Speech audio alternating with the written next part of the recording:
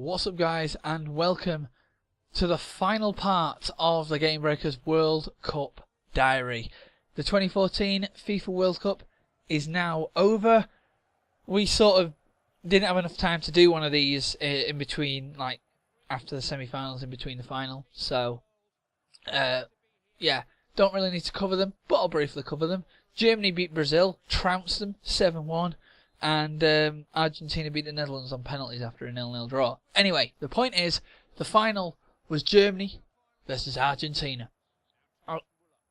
You know, the two sides have met in the final twice previously, before the game was played. So this was like the rubber match, so to speak. The third match between the two in a final of a major, you know, major tournament. And, yeah, it was to be honest, the first 60 minutes flew by, to be honest. Well, I say flew by. Nothing really happened of note. So, yeah. And then, nothing really happened of note, really, in the first 90. Went to extra time. Nothing really happened of note, if I'm going to be honest with you, in the entire game, or from what I watched anyway. So, yeah, it was one of those games that it wasn't the greatest final ever, but it was the third final in a row to go to extra time. It's the second final in a row to be won in 120 minutes. But yeah, not a lot happened really of note. Yeah, to be honest, the third, fourth place playoff between Brazil and the Netherlands was a bit more exciting because there was goals in both halves and it finished in 90 minutes. And it was it finished Brazil 0, the Netherlands 3. So it was a bit more exciting, to be honest. Brazil, they conceded 10 goals in their final two matches, and yeah, they had high expectations for the tournament. And did not produce. They got to the semis, but did not produce. So, yeah, I can't really say they went home disappointed because they were already at home. So yeah, they just were disappointed. Anyway, going back to the final. Obviously, with Germany's win, it was Mario Götze's goal after 113 minutes. It gave Germany the win, and it also meant that Germany are the first European side, or the first European side, you know, as a whole continent really, the first European side to win a World Cup in South America. And yeah, after the game, the awards were given out. Manuel Neuer got the Adidas Golden Glove. So basically, he was announced as best goalkeeper at the tournament, the sweeper keeper, as he has been known to be called.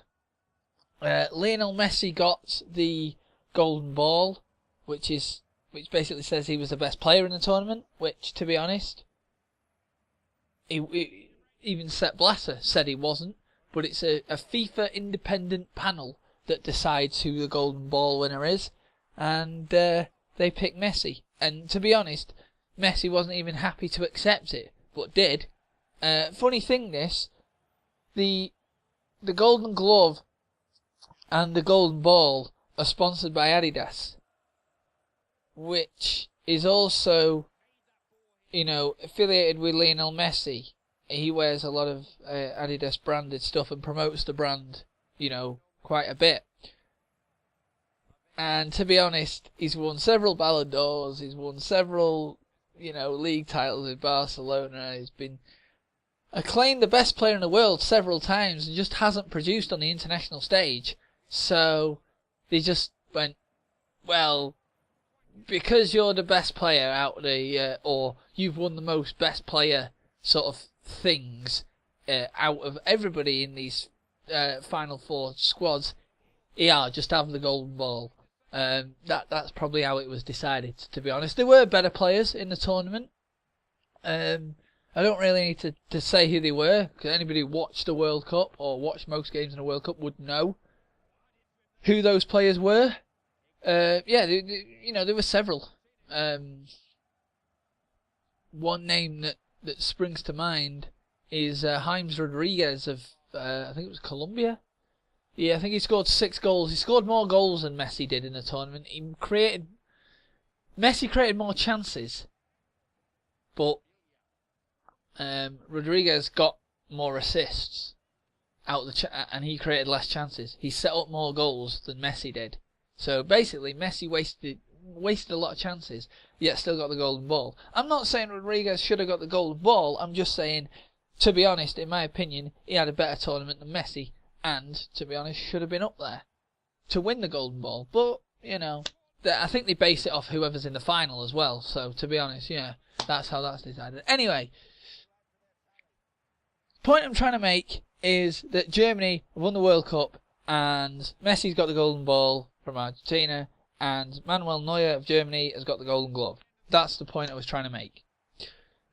So, another thing as well, let's say half, if not, about half of the Germany squad that was in this World Cup that won the thing also won the under 20, I think it was, or the under 21, I think it was Euros. And a player that played in that game that was in the Germany squad that didn't play in the final was Sami Khedira. So you can technically class him because he still got the winner's medal. And well, I think he was in the German squad. I hope he was in the German squad. Otherwise, I look a complete idiot now. I'm just going to check this because otherwise I've just got my facts wrong. So let's just have a look, shall we? Current squad. Sami Khedira. He was in the team. I nearly looked an idiot then. But no, yeah, he was in the team. He didn't play in the final. He did play in the under 20 final in 2009. Along with a lot of other players who played in the final. So, yeah, you can technically class him in there as well. And that's how Germany, they've developed as a nation. They've had the right coaching, and they've won titles at youth level, and they've brought those players through that have won titles with that togetherness into the first team. Leaving some experience in there as well, that's how they've made, their mark on football. And it's something that England should seriously look at. We've got more leagues than any other European nation. We've got, technically, 4 top divisions from the Premier League down to League 2. Technically, you can class the Conference Premier as the 5th league because people have been asking for it on FIFA for years. So, and the standard isn't much different between the Conference Premier and League 2. So, we've got 5 leagues to develop players. Why am I including League 2 in this? Because what happens is Premier League teams loan their players out, their youth players out to lower division sides to give them match experience because they can't get into the team. Because I'm not being like racist or whatever or offensive, I'm just saying the Premier League has a lot of foreign players in there. So obviously the English players can't get into the first team and develop on the highest level. So they have to be loaned out to a lower level. So that's why we're essentially stuck with 23 players who, to be honest, can't do a job. And it proves they can't do a job because, we couldn't beat Italy, we couldn't beat Uruguay, and we struggled to score against frigging Costa Rica, right? And I'm getting angry now. We got 1 point. If you look at England's past records in World Cups, right? The 2006 World Cup, which incidentally was in Germany, right? England was in a group that consisted of Sweden, Paraguay and Trinidad and Tobago. England topped that group with 7 points, right? Then if you go to the 2010 World Cup in South Africa, which was the last World Cup, well, not including the one that's just finished, 2014, the 2010 World Cup in South Africa, England was in a group with the United States, Slovenia and Algeria. England finished that group second with 5 points. The 2014 World Cup, England was in a group with Italy, Uruguay and Costa Rica and finished bottom with 1 point. So over the period of about 8 years in World Cups, our final group position has seen us finish progressively worse. That says something about the standard of football. I'm not saying kick all the foreigners out of the game, because sometimes it helps to have a bit of foreign flavour into a team. I'm just saying develop players from grassroots level so that they've got talent by the time they're in somewhere like the Championship and they've took a team up to the Championship and they've played well, or they've even played in the Championship for a few seasons.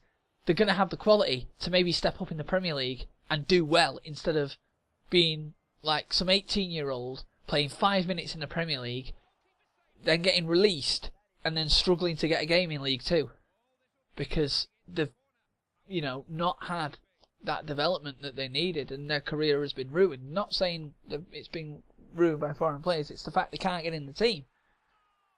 Anyway, mini rant over, because I'm now yakking on about things, and this is supposed to be a World Cup diary, not a rant about the Football League. So yeah, no, there's not really much else I can say about the World Cup, really. I think I've covered it all. It was a pretty decent World Cup. It broke a lot of records. It broke the goals record from the last World Cup. Miroslav Klose broke the individual record for goals at World Cups. It was a good World Cup. It had underdogs going through. Costa Rica got to the quarterfinals. It was a decent World Cup. Let's just say that. And let's hope in 4 years' time in Russia, it can be even better than the one in Brazil. So yeah, that's the end, really, of the World Cup diaries for this year. I've been Dave from Gamebreakers, and I'll see you when I see you. Bye. Germany have done it. World champions, you can see what it means to Jürgen Löw. The World Cup will soon be back in their hands. They came here with great expectations as always, and Germany are champions of the world again. Their first major trophy since 1996. They won't remember much about this. This is the stuff of dreams.